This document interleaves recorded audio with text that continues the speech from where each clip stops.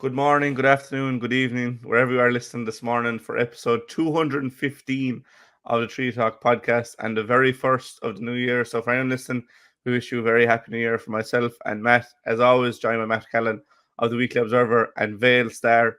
It's only the 11th of January when we're recording this, but we have two big games for Limerick to look forward to this weekend. We also have Monaleen in an All-Ireland hurling final with Ardscoil Rís More later today, and UL are also in Sigerson Cup action. So stay tuned as we look forward to all that and more. The impression the game you get out with what you put into it. It's like a walk of life.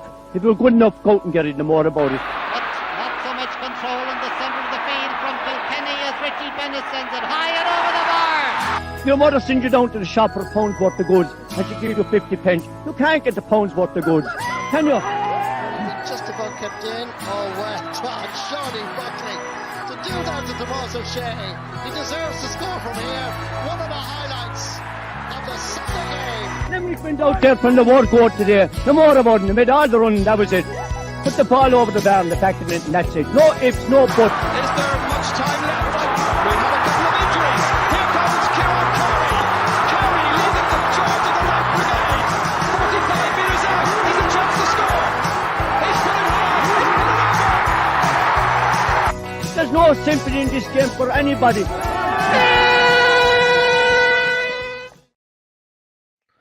Happy New Year to you, Matt. We're recording at it's just nearly 9 o'clock on Wednesday. And to you, Jack, and to our viewers and listeners. I suppose before we start, Jack, I suppose we should send our deepest sympathy to the family of the late Paddy Palmer, who died in tragic circumstances since our last podcast.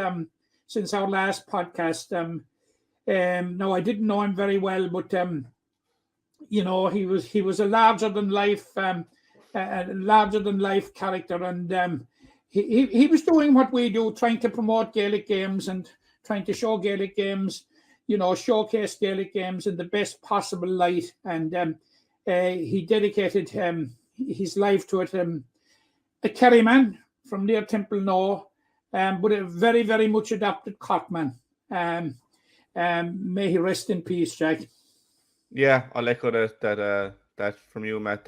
Again, I can't say I knew the man, but you only have to see the reaction on Twitter and online to see how high regard he was held in. So, condolences to him and his family. As I said, we're recording early this morning. It's at busy times, and we're only midway through January, so that'll give you an indication of what 2023 will be like. But I suppose before we get into anything this week, Matt, on a GAA front, what would your hopes be for the year? I suppose for Limerick and then maybe for your own club towards the end of the year.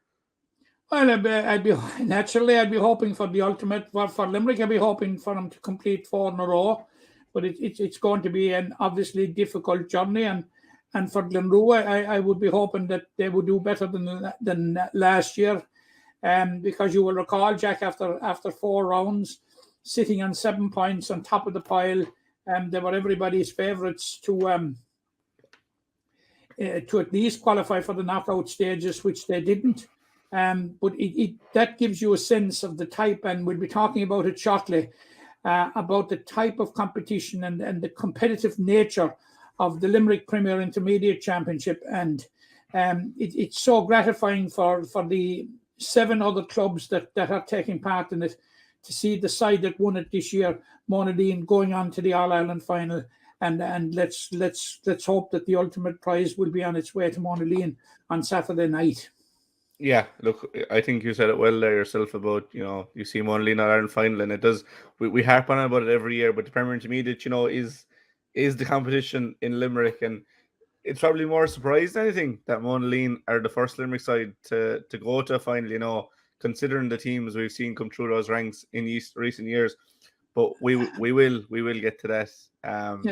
But Jack, I suppose before we go to 2023, there was a bit of unfinished business completed immediately before Christmas. In that we had 3 under 21 with 4 under 21 football finals. I'm surprised you didn't bring it up.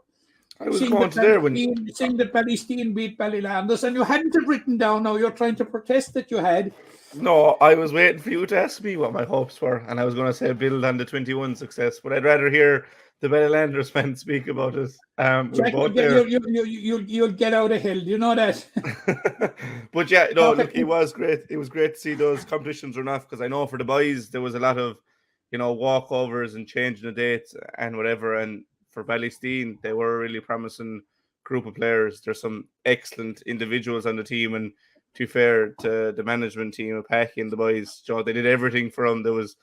We only had one game below at home against Clahan, and there was teas and coffees and sandwiches and pizzas and goujons for the people in attendance. So this 21's team, it was a real kind of community effort. So it was brilliant to see them get the job done. And I met you there in a day and a night, and there's some really good players from both sides to come through. To be fair, there was probably 6 or 7 senior starters already, and for ourselves, you'll be hoping they will be the ones that'll kind of push on in 2023, to be fair.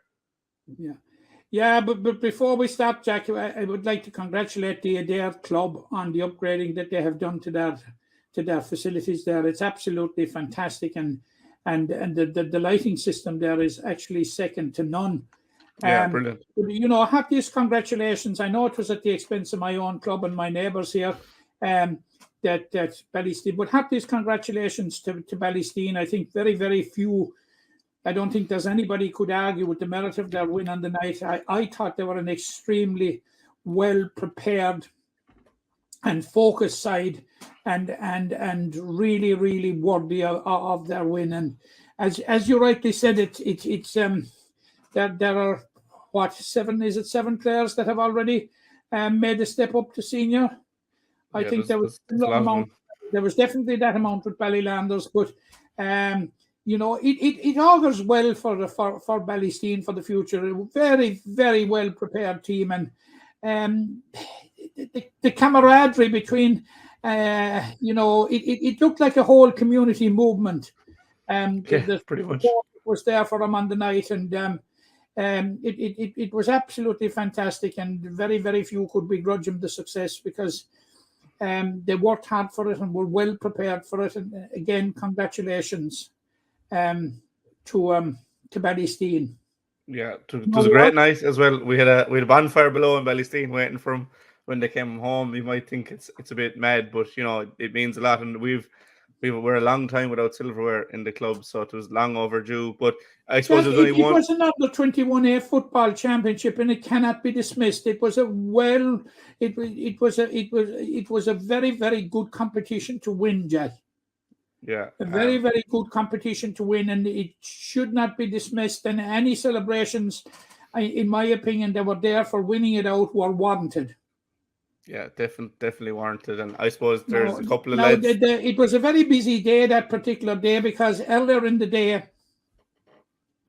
I was at the B final between Galtee Gales and Knockadderry, and it was a low scoring affair, 5 points to 3. Zach McCarthy got 4 of Galtee Gales' points, but it was a game between two, low scoring, yes.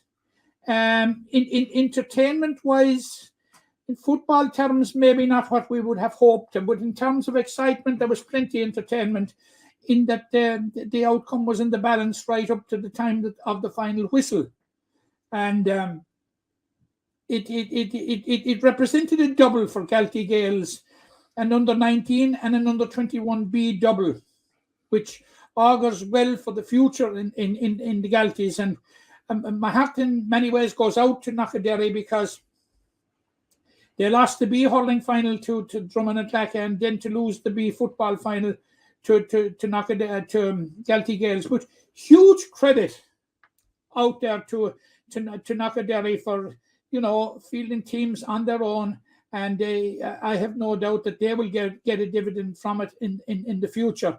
Now, the Gales team was managed by Sean McGrath, who plays centre back for the Galtee Gales senior football team, who has since immigrated to Australia, and so he's moved to Sydney, and I think he'll be linking up with Cusicks out there, but he's going to Melbourne initially. But we wish Sean the very, very best of luck, and certainly he has been a great servant to Galtee Gales, and he would be sorely lost by the Gaels because for a young man like that, that is far from finished his own playing career, that he turned into management and turned out in an under-21 side capable of winning a county. So we wish Sean the best of luck in his new life down under. On a personal level, you definitely wish him the best of luck. But the Gaels have had the better belly scene the last 2 years, and Sean is an integral part of that team. So on the football field, have fun in Michael Cusack's and take your time coming home in that regard. But yeah, it's great to see players, giving back to under-21s. I know in our own team there was, Pan, Packy and Jamie and a few more like that are giving back, and you see it with the likes of the Piercig and things. So it is really good to see that. And I think players really buy into that when they see, those in the adult team coaching, that it's, it's a lot more attainable when you can see it. And obviously then you had Father Casey's took home the big one. But before you go away from Sean McGrath, Sean may be gone, but there are 3 McGraths left. They're a fantastic football family. They are making up over 25% of the Gaels team because Danny Podrick and Connor are still around, Jack, to worry you. I know, yeah. We'll be worried, all right. But moving on into that Premier final, a battle of the big guns, Father Casey's and Newcastle West, and it's going to be a senior final sooner rather than later. I think it's fair to say, with just the standard of players on both sides. Father Casey's picked up the win, 8 points to 5 over. I saw the Newcastle West team extremely strong, contained an awful lot of lads that reached a Munster senior final. But that's, I suppose, the good thing about Casey's is they have so many players at level. But also the challenge is to keep them. Now they have a lot of them, the likes of Shane O'Connell, Elijah Reardon, Dylan Quirk, Rory O'Brien, these kind of lads, but they're really close to breaking through. That's as close they're going to get to win a senior now, is win that Premier under-21s. But certainly the future is bright in Abbeyfield in terms of football. Oh, it is, Jack. It is, and we have wondered. It's something that we do perennially, wondering when will Father Casey's make the breakthrough. And I would agree with you totally, Jack. I think they took a major step towards the breakthrough this year, and they're obviously translating a good core of players from underage success into the senior team. And I'm at a loss, and I'm sure they're at a loss themselves as to what happened in the semi-final against Adair, because they started off with such a plum like that and were 3 points up in jig time, and it sort of went off the rails at that stage. But I think that was due more to Adair than anything Father Casey's did wrong, because Adair just found their rhythm, and the great experience that they have garnered over the years stood to him and got him over the line. So, but I think Father Casey's will have learned an amount from that particular game. They will have learned an amount. Definitely. The draws haven't been made for the football championship yet this year, Jack. But at this remove, even, what is it, the 11th of January, we'll say watch Father Casey's in 2023. Yeah, it'll give them a lot of confidence that they can beat Newcastle, because Newcastle are going to be the team to beat going into the new year. I suppose we're 11 days in now, so it's just this year now. But we've nearly 14 minutes on the clock, Matt. But before you go from that, Jack, there was also an under-21C championship this year. Oh yeah, St. Sinnans. And it was won by St. Sinnans, who beat Bannog in the final. Now, there were only 4 clubs in it originally, and it was a full round robin, and I think that only 2 actual games took place. Yeah, which I think is disappointing, but nevertheless, it's congratulations to St. Sinnans on getting their hands on silverware, because Bannog, of course, were going for an under-21 double, because they won the under-21C hurling championship as Thurman at Lacka. So it would be the same group of players, and but they came up short against St. Sinnans, and congratulations to St. Sinnans on that win. Yeah, congratulations to St. Sinnans and all the teams that won. 21 championships. Hopefully they can kick on with their clubs for the new year. And we'll obviously see a lot of them now, for the Limerick under 20s. I think the under 17s would have been underage for this year. But we will get into, I suppose, the inter-county action. We have 2 big games this weekend, Matt, to look forward to. 3 if you include Tuesday, but we'll focus on football first. This Saturday at 2 o'clock in Mine Temple Tuohy, the Limerick senior footballers take on Tipperary with a chance to reach the McGrath Cup final for the first time since 2020 when they were victorious in it. I suppose there was none in 2021, so I suppose a second final in 3 goes. But before we get into that game, we'll touch on the game against Waterford in McNeville Park this day last week now. I suppose when you think about it, comprehensive win, 4-14 to 9 points. Slow enough to get going. I think it's fair to say it was it 1-6 to 7 at half time. There was only 2 points in it at half time, but really kicked on in the second half. Carl Downs' debutant got 2 goals, was really impressive. It's his jersey now to lose. I thought Barry Coleman at wing back was very, very good as well. As always, Keith Sheehan in midfield made it look like men against boys at time, but a lot of positional switches as well, Matt. You had Paul Maher gone up to wing forward, Killian Ryan was full forward, Brian Fanning was out at centre back. Even Keane, has played wing forward and wing back. He was in midfield. Carl Downs is on the wing, probably used to seeing him in the field for KP.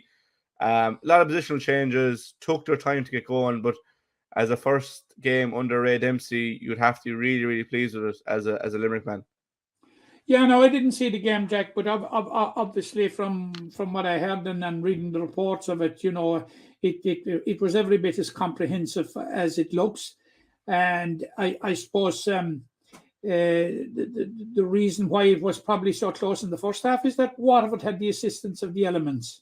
Yeah, true. Which kept them in touch. Now, I've seen, I've also read the narrative going around that it was an extremely experimental Waterford side that the former Ballylanders manager, Efi Fitzgerald, put out. He's the manager of Waterford now.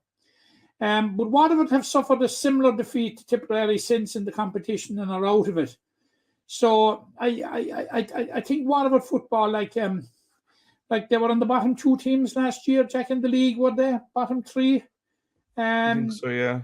They're a county that are struggling football-wise now at the moment. And I'm sure that while Ray Dempsey and his management team will be very, very pleased with the result and anybody connected with Limerick football, but I don't think they will be reading too much into it. A better barometer of where Limerick's early season form is and, how far down the road they are in preparation for the trip to Derry in early next month will come in Temple Tuohy on Sunday when they take on Tipperary. Limerick, well, they have a good record against Tipperary in recent years. Beat them in the championship last year. Now they did lose to them in the McGrath Cup in the 3rd round last year in McNeville Park, but only lost by a point. And that I thought that was a performance where Limerick turned the corner for the simple reason, even though they were defeated, because they were coming off a drubbing by Kerry in the 1st round. And it just showed how Billy Lee and his backroom team had regrouped Limerick so quickly that they almost scalped Tipperary. But when it came to the championship, sure, we know how Limerick fared in the championship. That famous win down in Clare, then the win over Tipperary, but the unfortunate loss to Kerry in the Munster final. But I'm not reading too much into what happened in McNeville Park in the game against Waterford, Jack. It was good to see people being altering the pack around. See Brian Fanning coming in at centre back, as you said. Paul Maher moving up into the forwards. Killian Ryan, Adrian Enright at corner forward. Adrian Enright has nearly played in every position from midfield up at this stage. And it just gives you a sense of the versatility, his versatility, that he can fit into these different positions. So Yeah, I'm not reading much into it, as I said, Jack, but I certainly would be reading an awful lot more into the performance and the outcome of the game against Tipperary on Saturday and Temple Tuohy. And it's an opportunity for Limerick, and I'm sure Red MC and his management team will want to get as much game time as possible into his side prior to making that long jaunt to Owen Beg for the opening round of the league in about 3 weeks' time. Yeah, I was going to say that too, because obviously if they beat Tipperary, they'll qualify for the McGrath Cup final, which is the 18th of January, so this day next week. And I think when you take over a team, you want as many competitive games as possible. McGrath Cup final will probably be Cork, I'd imagine. They had a big victory over Kerry. You'd fancy them to continue that against Clare, and then the permutation there, Jack, is that Clare need to win by 7 points. Yeah, against Cork, who had 11 or 12 points on Kerry. For me, that's very hard to see happening unless Cork have a raft of players playing Sigerson, and they do, but they have an awful lot of experience. So I'd imagine it's going to be Cork if Limerick get through. But to your point, for Limerick, it'll be a case of we'll get to McGrath Cup final, we'll see who we're going to play, but it'll be another competitive game because they will know, is it the 28th of January when they're in Derry, they are going to have their hands full. Regardless what happens in McGrath Cup, Derry are aiming for the league and they'll feel they're a Division 1 team. So Limerick have to be ready, and the more games is the way you do that, I think. Yeah, well, Derry are a team, of course, that are protesting till the cows come home that they were the unlucky team in the championship last year, and I suppose there's a certain element of truth in that. So, but it's a huge challenge. Like you've Derry in the opening round, and you've Dublin at 7 days later. So, it's absolutely crucial that they get as much game time as possible. And but first of all, to get a game probably against Cork, and it will be at a Cork venue, possibly Mallow, maybe, because the last time they met in the McGrath Cup final, it was in the Gaelic grounds as a double header, you will recall, when Limerick completed a double over Cork on the night. So, I think Red MC, it'll be important to, in two senses, just to get the extra game, but also to benchmark his side against an opponent from Division 2. Irrespective of whether it's Cork or Clare, both of them are in Division 2. So if you beat Tipperary, you're going to get a game against a team that's in your division in the football league, and he will be very, very keen to see how his charges match up with teams from that division. It'll give him some indication as to where Limerick are at in terms of their readiness for Division 2 football. Yeah, because you must remember that these competitions, Jack, are being dismissed as just. I hear people saying they're only pre-season. That's not the case at all. These are serious competitions in that they lead straight into the league. Yeah, it is. They've all said it. I was talking to Donal O'Grady and Nicky Quaid before the hurling starts, and these competitions take on more relevance because they are straight into the league, and there's less time to do everything in the GAA calendar now because they're not allowed to play till January, and it'll be over in the middle of July. So there's only a 6-month window. So the time for I suppose bedding in players, and then you have a 6 or 7 week training camp. They're gone. Like, you kind of need to be nailing your colour to the match straight away. But I was very disappointed with Waterford. I will say that it was probably one of the worst performances I've ever seen for an inter-county side. Now, you said there was experimental, and Limerick were good in the night. So they both play into it. But for Red MC, it's so far so good. Regardless who you're playing, you want to win the first round. That's what they did. But Tipperary will definitely be far more of a test this weekend, and it'll be way more easy to kind of gauge where Limerick are at. And please God, absolutely. And it's an ideal situation for Ray Dempsey if they can get over it. You play Waterford, you play Tipperary, who would be a level above Waterford Division 4, Tipperary Division 3, and now you have a possibility if you get over that, and you should be getting over it as a Division 2 team. Yeah, you'll be get to play a game against the team at your own level.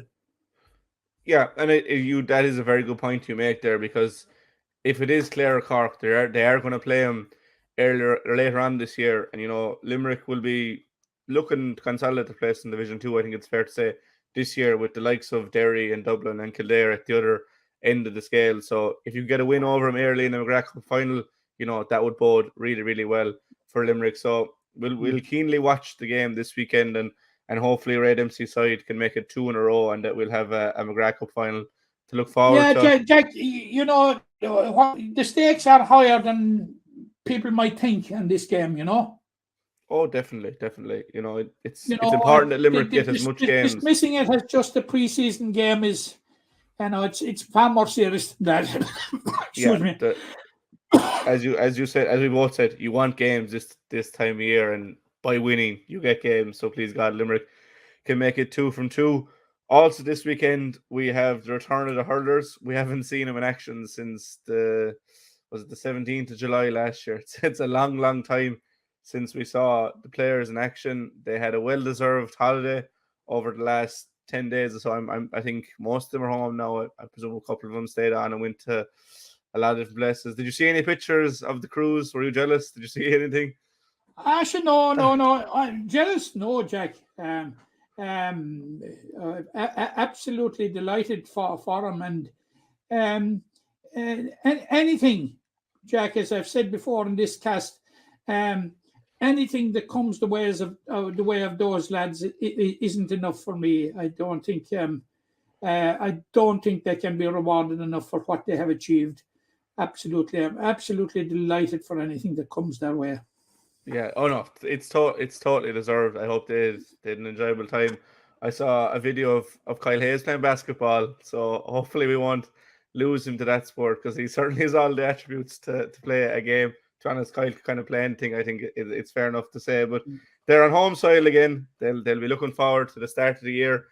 They also have a target in their back as All Ireland champions. They're playing Cork in Páirc Uí Rinn, which is interesting because that's where the league will start. Well, it'll start in Páirc Uí Chaoimh on the 4th of February. It's less than a month away, but there will be a bit of bite to that game because Pat Ryan's in charge of Cork now. Cork always see themselves as contenders, and they got to the final in 2021. They were well beaten by Limerick, and a scar like that doesn't go away so easily, Matt, to be fair. And Limerick beat them fairly handily last year in Páirc Uí Chaoimh as well. For Limerick, before we get into the game itself, is there anyone you see coming into the panel or anything you've heard that new faces that you'd be interested to see? I wouldn't even attempt to second guess what team he will field. Now, other than to think that apart from Barry Nash, it was basically a team of fringe players last year that he put out in this competition and won it. Yeah. So whether he's going to go down the same road or not this year, we'll only just we'll wait with bated breath until the team is announced later in the week. But anyone you would like to see, we'll say, of those fringe players, we've mentioned Shane O'Brien. He seems to be in with the squad. I know Jimmy Quilty and Fergal O'Connor were called in last year after the 20 season finished. Lads like that, you'll be hoping. Yeah, I certainly would like to see lads like that given a run, the like of, as you said, Jimmy Quilty there and Fergal O'Connor, who had a great year with the under-20s last year. And actually, you were the first to pick it up, Jack, how strong he had been, how effective he was on the Limerick team. I'd like to see Fergal getting a run. Of course, I'd like to see Colin Coughlin getting an extended run, maybe Adam English, and definitely Shane O'Brien. I would like to see Shane O'Brien tested at this level, because I'd be very, very confident that he would match up to it, Jack. I'd be very, very confident of that. But I see a lot of those players, more game time, of course, for Cathal O'Neill. players like that, and I suspect that he may go for a mixture of the tried and tested and some new players. I was just looking at Pat Ryan's selection against Kerry. Now there were a number of players who he's going to be without Mark Coleman for the year, and he's a huge loss to Cork. But Jack, a player of the caliber of Mark Coleman is a loss to the game, just as much as he is to Cork, because they're players like him are the players that we really like to see. Darragh Fitzgibbon missed, Timmy Mahoney missed, a few players like that. But he tried out a lot of the players that were successful with his under 20 side. Plus a mixture of the Conor Lahans, the Sean O'Donoghue, who's the Cork captain this year, and Shane Kingston, and the like of those. So he went for a mix, and will probably do the same. And I suspect John Kiley will do the same, John. We're really poking in the dark in the absence of knowing what the likely teams or what the likely. The lineouts will give us a clear indication of what the approach to the competition is. Definitely. Particularly from a Limerick point of view. Like they are the holders, and they won it last year with fringe players. I presume you will see the like of David Reedy and all these involved. Yeah, Micheál Houlihan is one for me. He was brilliant for Kilmallock 2 years ago. It was blighted with injury last year. He'll be looking to make his mark. Even Richie English, Yes. like Oisin O'Reilly. Yeah, because Mike Casey is injured, and we don't know the time frame. But I don't know, will he be back in time for the league? So there is a position there at fullback. Fergal is obviously played fullback for the 20s, but Richie English will see that as the next man in line, as he should. Obviously it is a position that John Kiley would be approaching, and maybe mightn't be entirely surprised if Dan Morrissey was fullback for the Munster League. Yeah, and also we'll have a certain Keane Lynch to come back at some stage, because Limerick are winning. You'd forget that there is a player like that in reserve that we haven't seen really since 2021. So there's an abundance of riches there for John Kiley. What about Peter the Great, Casey? Yeah, so there's a lot of players. He's moved Kyle around. Will he? If Dan Morrissey goes to 3, Kyle will probably go back 7, but that's probably more of a championship thing. We want to kind of see the fringe players, the players that are training the whole time. I think Brian O'Grady is close enough to getting back. I don't think he'll be back in time for Munster Hurling League, but you'll also have a lot of these players playing Fitzgibbon Cup. 3 you mentioned, Adam English, Colin O'Neill, and Colin Coughlin will all be with UL, and we will look forward to the Fitzgibbon Cup next week, because we'll be recording before UL and Mary I and Toos get their campaigns underway. But I suppose this weekend it is Cork in Páirc Uí Rinn on Sunday, and I suppose all games are being streamed by Munster GAA TV, so if you can't make them, you can watch online. But you mentioned Cork there, and you obviously have a lot of connections in Cork. I suppose for the Limerick faithful, what does Pat Ryan bring to the team? Because obviously he was involved in those under-20 teams that won All Ireland's, and there'll be a lot of hope with those players that they can make their way through and make their mark.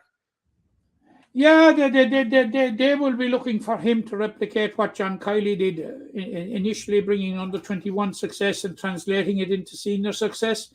Whether he can do it or not is a big question, because they have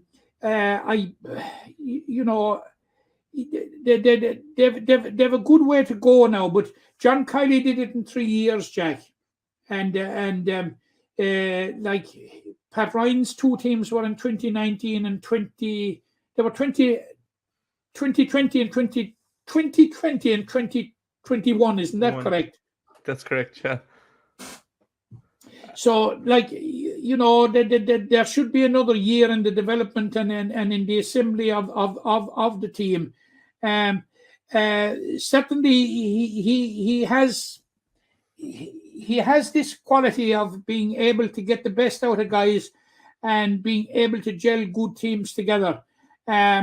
Now, he did it 2 years in a row at under 20 level. Whether he can replicate it at senior, and that is the challenge, and it is a challenge for Pat Ryan. And I see that in the line out against Kerry that he relied on a number of the players that stood him in good stead in those under 20 campaigns. But I'm sure that the loss of Mark Corman is going to be a huge loss, because he would be one of the he would have been one of the pillars that he would have been hoping to build around. But certainly there are a lot of good young players coming through in Cork, but whether they have the same physicality of those in Limerick and is a big question, because the game has gone very, very physical, as we know now, Jack. And physicality is a huge thing, and it's Limerick's power and physicality that the counties are trying to match as much as the hurling. So I think in that regard, Cork are still a bit behind.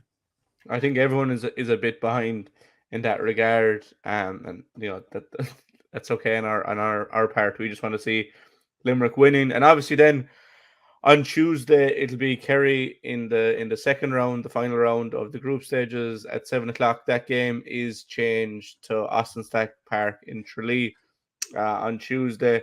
Look, we can't really look forward to the game that much because we haven't seen Limerick play yet. We have seen Kerry. They were beaten 230 to 217 by Cork. But, we were saying for the footballers that they want as much games as they can get this time of year.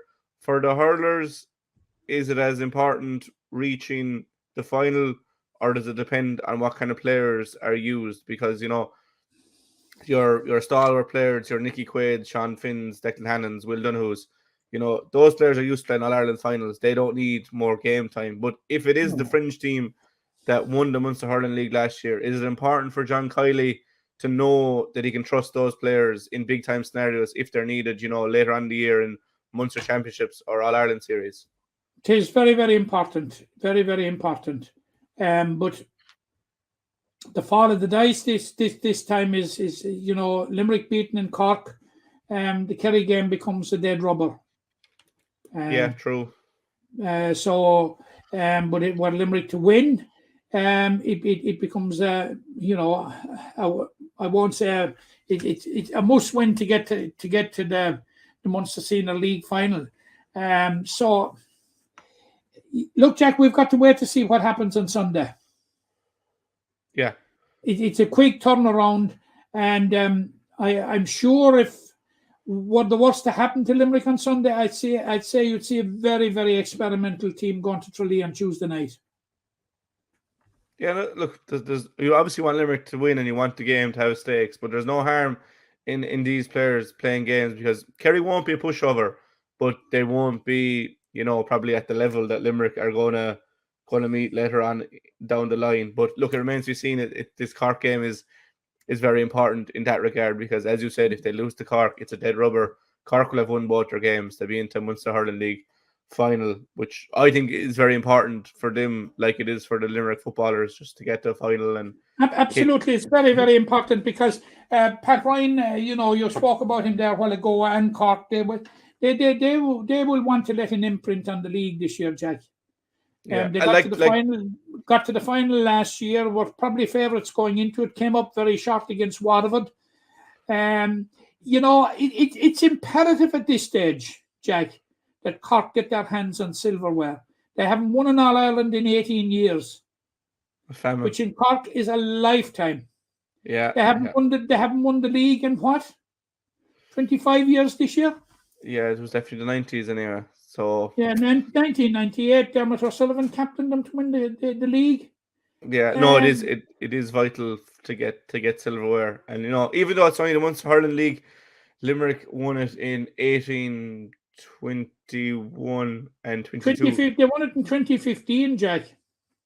Yeah, but in terms of going on to more success, 2020 and 2022 saw him winning All Irelands after winning the Munster Hurling League. Now, whether there's a correlation there or it's coincidence remains to be seen. But Cork won't shy away from any silverware, because it's badly overdue in a county like that. But yeah, look, the best of luck to the Limerick hurlers on Sunday and the footballers on Saturday, and the hurlers again then on Tuesday. those 3 games we played before we record next. But there's also a huge game this Saturday evening in Crow Park as Monaleen travel to GAA headquarters to take on Tooreen in the All-Ireland Intermediate Club Hurling Final. We alluded to Monaleen earlier and, the strength in the Premier Intermediate Hurling Championship, and we were saying it's long overdue that the Limerick team is in the final, but the first time a Limerick team is in the final, they can become the first Limerick team to win the Intermediate Championship. Blackrock and the Piercing have already won All-Ireland titles, but Monaleen will be the first to win the intermediate grade. Before we get into the game, a super achievement by Monaleen to get this far. They had to come through 9 games in Limerick, which is a lot, a lot of quality games. They had 2 more in Munster, Dora Bearfield and Ross Gray, and then they had to come through a senior champion in Bray Emmets in the All-Ireland semi-final. And, they've had nothing easy getting this far. There's been no real blowouts. There might have been 1 or 2 in Limerick, but, all the knockout games have been very competitive, and they'll be rightly primed for Saturday evening. Well, Jack, I just remind you there when you're talking about their record, they lost 1 game all year. Yeah. That was the Glenroe in the second round. Okay, but Jack, I'll leave you with that one. They're worthy finalists, Jack, because I think Monaleen's campaign really took off, Jack, when it came to the knockout stages, and I'm talking about the semi-final and final of the Limerick Championship. Yeah. They had a huge win over Effin in the last round of the group stages, you will recall. And the situation was such that it left the final table that they were to meet again in the semi-final the following week, which they were really, really vulnerable. But I thought that particular day, they had a very, very competent performance. I thought they had an improved and more competent performance against Bruff in the county final. That it was a good Bruff side. But Jack, the day their mettle was really tested, I thought, was in the Munster semi-final against St. Joseph's Dora Bearfield, when they went behind twice in the last 10 minutes. And then we had the wonder goal from Marco Dwyer when they grabbed the lead. And Jack, once they grabbed the lead, even though it was a tenuous lead and a narrow lead, they never looked like losing. No. And it showed a mental strength in Monaleen that it doesn't surprise me that where they find themselves now. In the Munster final against Ross Gray, they were outsiders. It was Ross Gray's game to lose. Ross Gray were nearly crowned champions before the final. And like we saw, it was a very, very comprehensive performance against Ross Gray. Very comprehensive, Jack. Best performance of the year, I think it's fair to say. Probably the best performance, but again, Jack, it was a performance that was a step up on the semi-final. Yeah, 100%. And this is where I'm coming at. And then it was a bit of a trip into the unknown when it was a trip against Bray Emmets. Yeah. Because, who would have thought an All-Ireland semi-final, an All-Ireland hurling semi-final between a club from Limerick and a club from Wicklow? Yeah.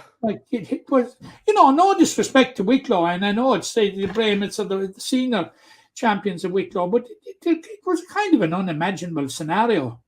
But that's what it was, and of course, Bray Emmets took a certain amount of encouragement from the fact that Naas won the Leinster Championship the previous year, Kildare's Naas, and went on to win the All-Ireland, beating Kilmiley in the final.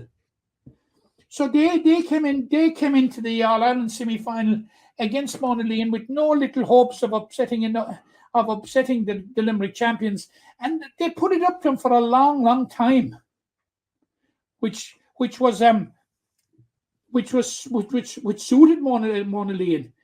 But like Monaleen again showed their character, Jack, and again it was a slight step up on the performance I thought against Roscrea that day against Brahmans. So look, I think they're very. If there was ever worthy finalists, they are worthy finalists, and I'm there is not green mist descending in my eyes when I say that. I've been hugely impressed with the trajectory of the Monaleen performances, particularly since the knockout stages of the Limerick Championship, and I think that they're going to provide very formidable opposition for Tooreen from Mayo. Yeah, the only thing about Tooreen is, they're from Mayo, obviously, but they've been knocking at the door for the last 2 years. I think they've won 3 Connacht intermediate titles in a row, so they have, and the only break in it was the 2020 when the competition was abandoned because of the COVID. Yeah, they've won Connacht 4 times, Jack. They've won the Mayo Championship 32 times, 5 out of the last 6. So, there's no doubt that the hurling kingpins of Mayo. My first introduction to Tooreen of Mayo was back about 20, 25, 30 years ago, Jack. You weren't around. When a fella called Joe Henry made the breakthrough, and this Mayo lad was picked on the Connacht team, which was otherwise all Galway. Yeah, I think I heard this story. Joe Henry, he trained as a teacher in Thomond College in Limerick with Limerick's Paddy Kelly and Colm Horn, and he won 24 Mayo Senior Hurling Championships. And he was a 2 times replacement All-Stars, but he broke into the Connacht team, which was all Galway in those days. It was unheard of. Galway represented Connacht, but this guy, he got picked and he won 3 Railway Cup medals. So that was my first introduction to Tooreen, but probably arguably Mayo's greatest ever hurler, So but I honestly think that they have been knocking at the door. They've been in four semi-finals. They've won the Connacht 4 times and they've lost the final once. They've beaten Galway opposition in all 4 finals. Jack, this is the first time they've made it to the final. Yeah. So I know it's the first time Monaleen are in the final. And you probably say that knocking around and having been knocking at the door of the final and eventually getting to the final, it is the stuff the champions are made of. But I don't think it's as simple as that on this occasion, Jack. They are a senior hurling team, a very, very strong senior hurling team. But I find it hard to see Monaleen slipping up at this stage. Yeah, they have a great attitude. You can hear it not only in the players. We've heard from the likes of Andrew Cosgrave and Larkin Lyons and Ed Doyle this year. Real strong mentality. But even Owen Breslan, he's won an All-Ireland, with Toomey Vara, but just the way they speak, they're so confident. And I was talking to Andrew yesterday, and he was referring to the young lads. Now, I asked him about the young lads, the likes of Joe Fitz and Brian Kenny, Lachlan McHale and Ronan Lyons and them, and he just said they're so mature, they're so level-headed, and it's you can really see it in their hurling that they don't seem to get panicked because, in the county final, Brough, got it within a goal at one stage. Dora Bearfield went ahead late on. Roscrea had a late rally. Bray Emmets refused to go away, but never seemed to dip their heads. Always, kept their composure and deservedly came through all those games. And I mentioned those 4 players. They're not just mature. They're really, really good players as well. And there's a really nice mix of, young and experienced players. And even the likes of Luke Murphy, who are more accustomed to playing football, has been brilliant, gotten better with each game. Andrew has come in, after a struggling injury to start. You had Larkin Lyons as your player of the year, for a number of brilliant performances at centre back. They've Jamie Power and Jamie Porter who play with Limerick as well. Just a really, really good team. You have a reinvented Ed Doyle. Yeah, they're a brilliant team from 1 to 15, and they have subs to come on then as well. So I can see why you'd be hesitant to side with them, because they are playing a senior team and a team that has been, close before. Now they haven't got to the final, but they've been in a number of All-Ireland semi-finals. But from what Monaleen have shown us this year, they'll be so hard to overcome on Saturday evening, and it bodes well, for the Limerick part in us. And that's the point I'm making, Jack. I see it. I find it very hard to believe Monaleen will slip up at this stage. But I have been gobsmacked by this four, Jack. Kenny, Lyons, Fitzgerald, and McHale. I think they've been absolutely terrific. And you'd say, young fellas, what young fellas in terms of maturity? The maturity they've shown. Ronan Lyons, in the second half of the All-Ireland semi-final, 4 points from play from wing back, Jack. Yeah. He was not but to be fair, he was an all-star when he was a minor. So I mean, it's not that surprising. The only surprising thing was he was cornerback back then, but he's scoring 4 points. But sure, he's learning from his brother and sister. There's good breathing in the lines in Monaleen, to be fair. But yeah, those four I saw Joseph Fitzgerald not cutting across you, playing in a group game against Knockany and scored 6 points from play. Yeah, from again, midfield. The first time I saw Joe Fitz play, he was a cornerback as well. So it just shows the way hurling is going, that this Barry Nash type cornerback that can do it all. They're a Swiss Army knife. But yeah, those four Jack, lads. If you look down the spine of the team, Jamie Power played in goals for Limerick. Brian Kenny, fullback, has a huge future. You know my thoughts on Ronan Lyons. I thought he was the most effective club hurler in Limerick in 2022. Larkin, you take the two young lads at midfield, take Marco Dwyer, take Ed Doyle at full forward. That's your spine. Throw in the like of Andrew Latouche Cosgrave, who absolutely is on fire since he came back, and I'm absolutely delighted for him, because he had a horrendous time with injury, and he's just showing how important, how much he was a loss to Monaleen. And Luke Murphy has been reinvented, Jack, as a hurler. He's making a huge contribution as a hurler now. We have known him in the past as being a footballer mainly with Monaleen, and indeed a regular member of the Limerick football panel. But he's playing fantastic hurling at the moment. And then you've Donegal Dálaigh. Yeah.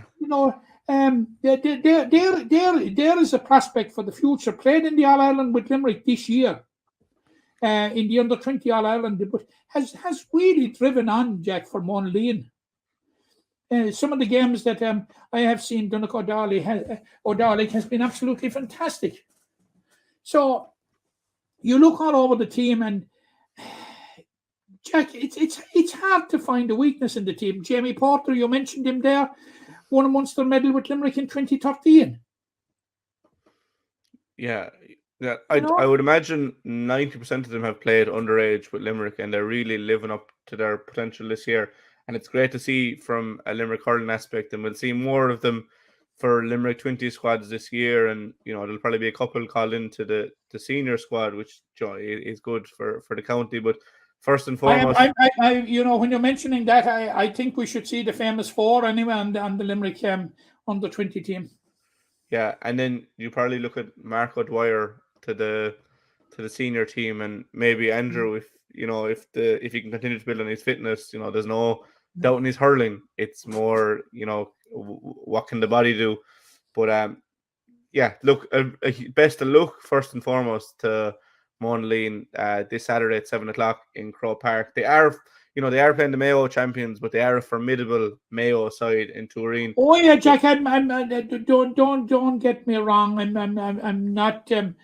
not running down the Mayo side for 1 minute, nor not taking that challenge lightly. None of that. Monaleen are up against a tough test, but I find it hard to accept that the test is any harder than that of Ross Gray and Bramits. It'll probably be akin to it, but I think Monaleen. I'll be very disappointed if Monaleen don't rise to it. Yeah, I would also be surprised more than anything if Monaleen don't come away from Croke Park with Limerick's first ever All Ireland Intermediate Club Championship. But the very best luck to Monaleen and all their travelling fans. Briefly moving into before we go away from clubs, Jack, the Killeedy Munster and All Ireland series is up and running at the moment, and we have a Limerick team in the final. Yep. Bruff will contest the final on Saturday the 28th against Tulla Sarsfields. I was in Killeedy on Sunday, and Jack, the facilities in Killeedy, you know, they're absolutely second to none, Jack. Absolutely huge credit to them. Year on year, you go there, you can see the improvement every year. But Bruff took out a very, very good win against 6 Mile Bridge, Jack.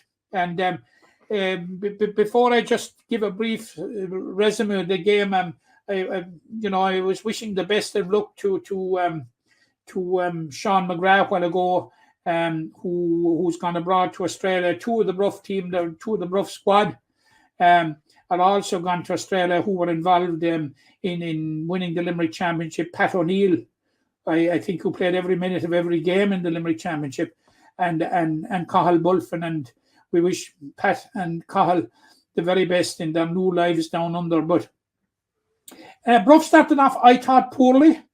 They looked very, very rusty.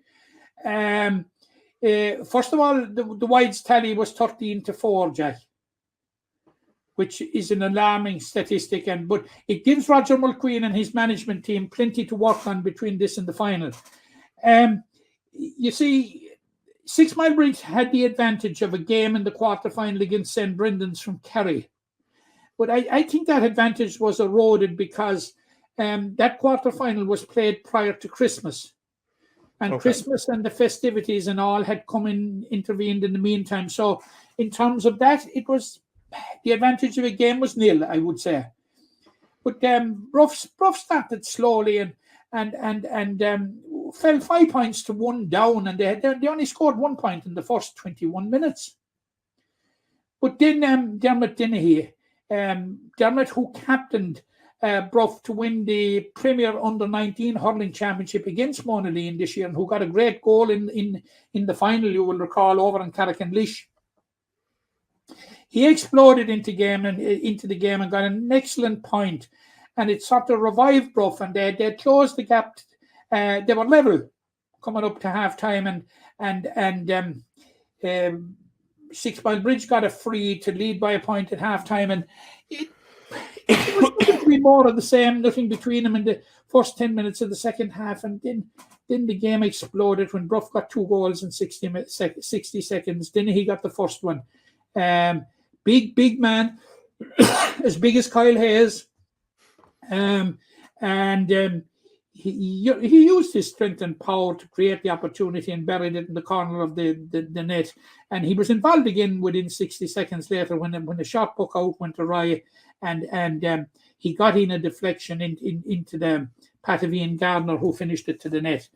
And after that, it was only a question of holding out for 20 minutes, and they held out very, very comfortably. But two things that I think Roger Mulqueen will have to work on before they face Tulla Sarsfields in the final, and that will be the conversion rate, which is, as I said, they shot 13 wides. And the second one is and you know this, Jack, and you've seen it over the years in different sports and in all sports, the ability when you're on top to put a team away.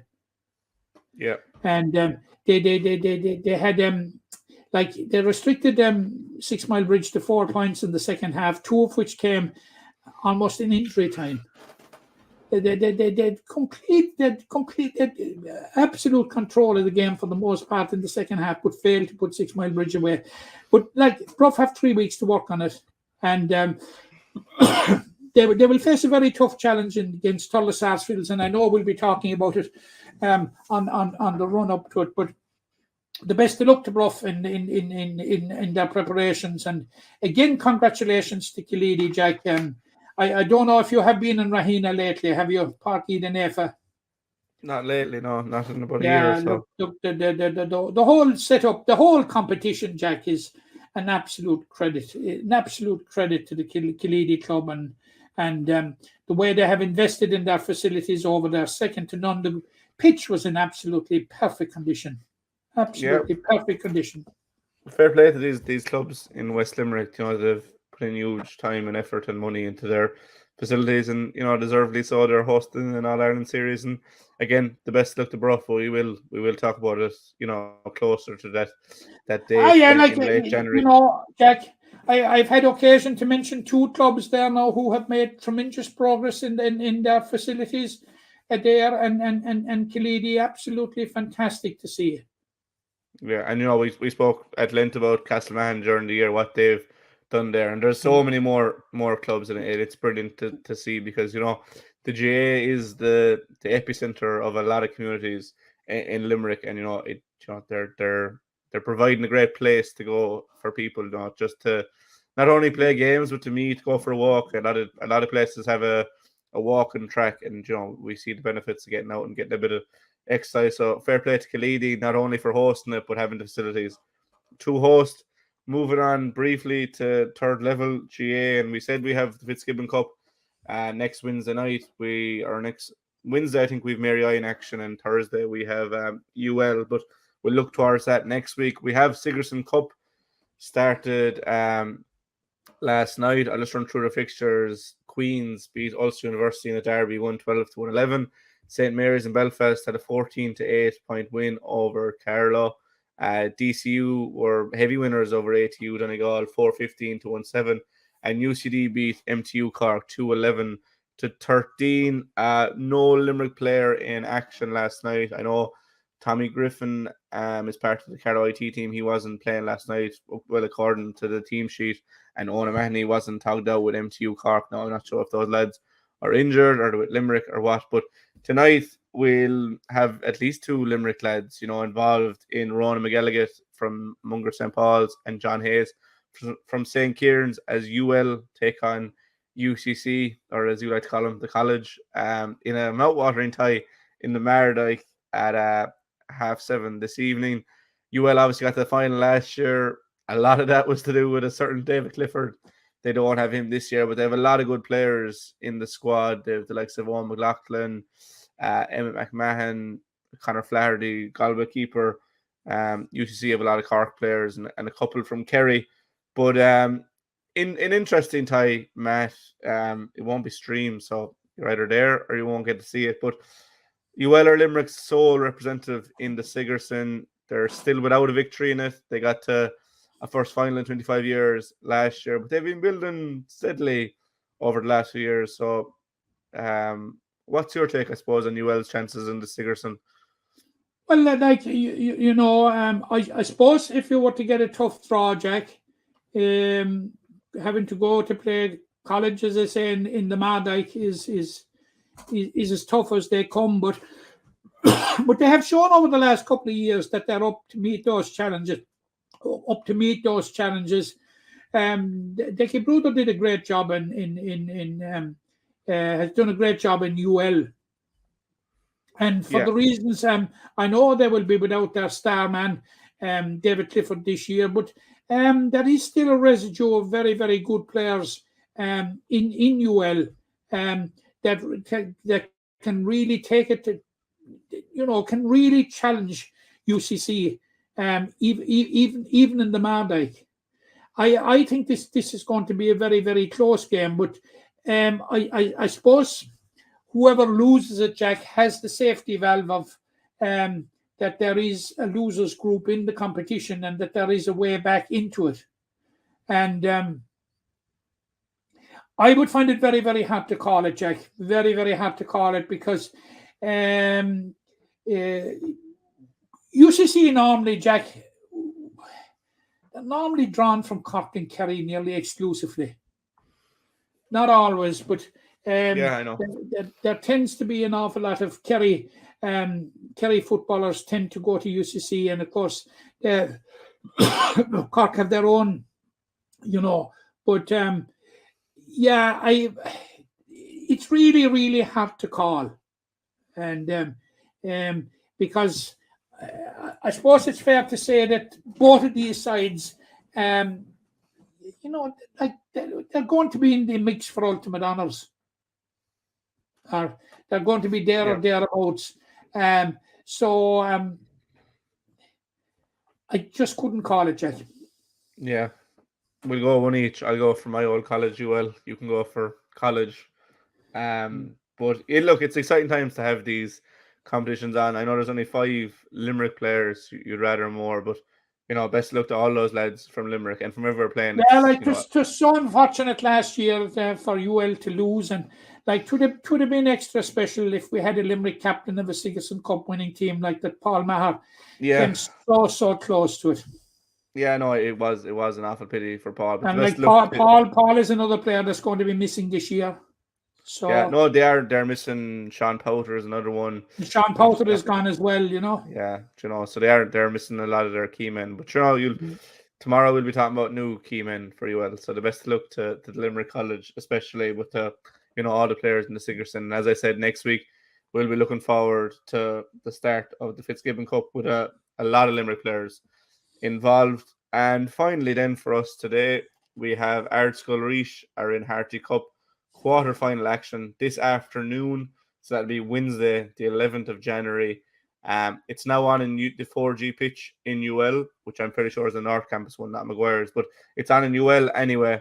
It was changed from Nina. I presume owing to the weather, it was a miserable day yesterday. So I'd imagine just for safety looking out now, it's dry-ish, but it's safer to play it out in UL. But Ardscoil Rís looking to get back to the final last year, where they were beaten for the first time in a final, but went on to win an All-Ireland final. So it was bittersweet for Ardscoil Rís there last year. But a lot of Limerick lads included in the squad. I saw him against Cashel in the first round. Mikey Gavin from Ballybrown was really good. So were the Scully brothers, Keane and Daniel in the forwards. It's always good to see a Limerick representation in the Harty Cup.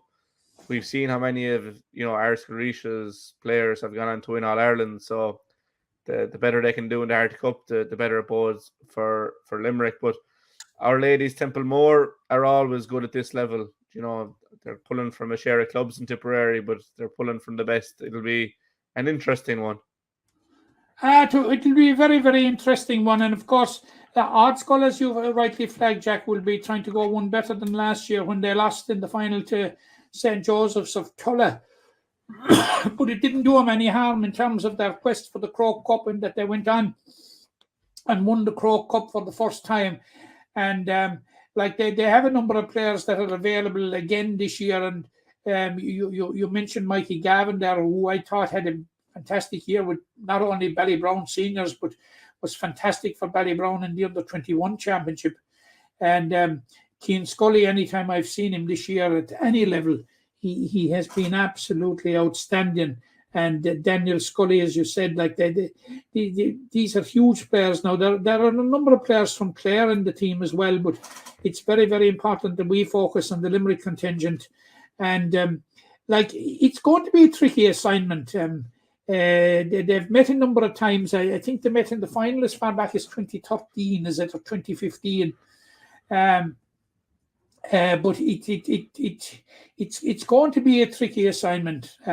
St. What are they? St. Mary's, is it St. Joseph? St. Mary's Templemore, or is it St. Joseph's? Our Ladies. Our Ladies Templemore. Yeah. They are going to be a tough side. They'll be drawn from clubs there of very, very, very strong clubs in up around North Tipperary and in Offaly up there. And so wish Ardscoil Rís the best of luck. They probably will get through, and if they get through, they will be playing the winners of the CBC Cashel tie in the semi-final. So very, very, very hard to call these games, Jack, when you move from the group stage into the knockout stage, because it's very, very hard to make a judgment as to what the strength of the different groups are or were. And but I think Ardscoil Rís will be very, very formidable. Yeah, from what I saw, they've a lot of good players. They obviously have Fintan Fitz from Munster as well. He was captain.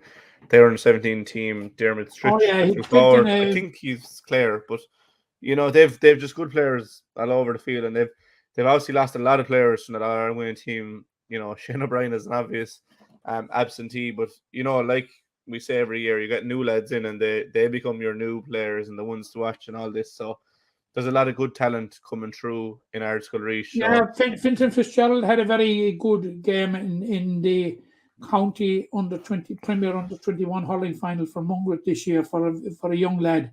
Yeah, I saw him against Doon in the semi-final. He was exceptionally good for a young fella. So excited to see how that goes today. And again, the best wishes. And of course, he's the son of Mick Fitzgerald, who played senior rugby with Shannon, young Munster, and also played with Brough.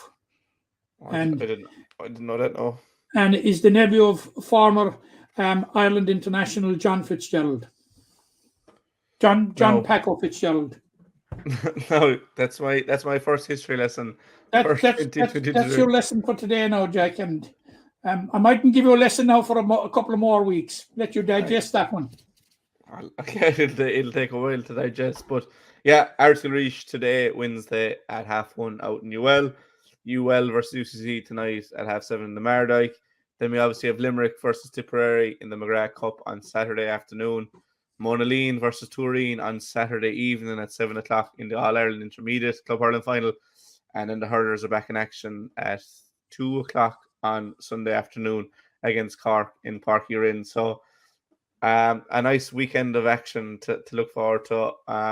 All the weekend games will be shown live, and if you can't get them, but you know it's good to get back out there early in the year. It's good to be back on this medium, Matt, for the first of 2023, and hopefully 2023 can follow in the way of 2021-22 with a lot of success for Limerick, not only in hurling but in football and underage and club as well. So it's looking like it's going to be another good year. You know what I'd love at this stage, Jack? Go on. Next week, if we were looking forward to a McGrath Cup and a Munster Senior League final.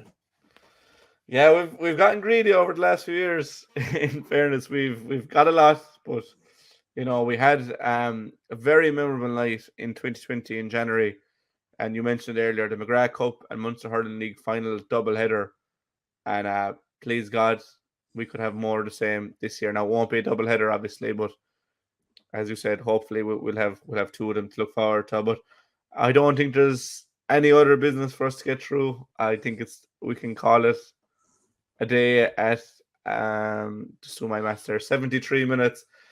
A nice handy one for us to get back into the first new year. A huge thank you to everyone that listened.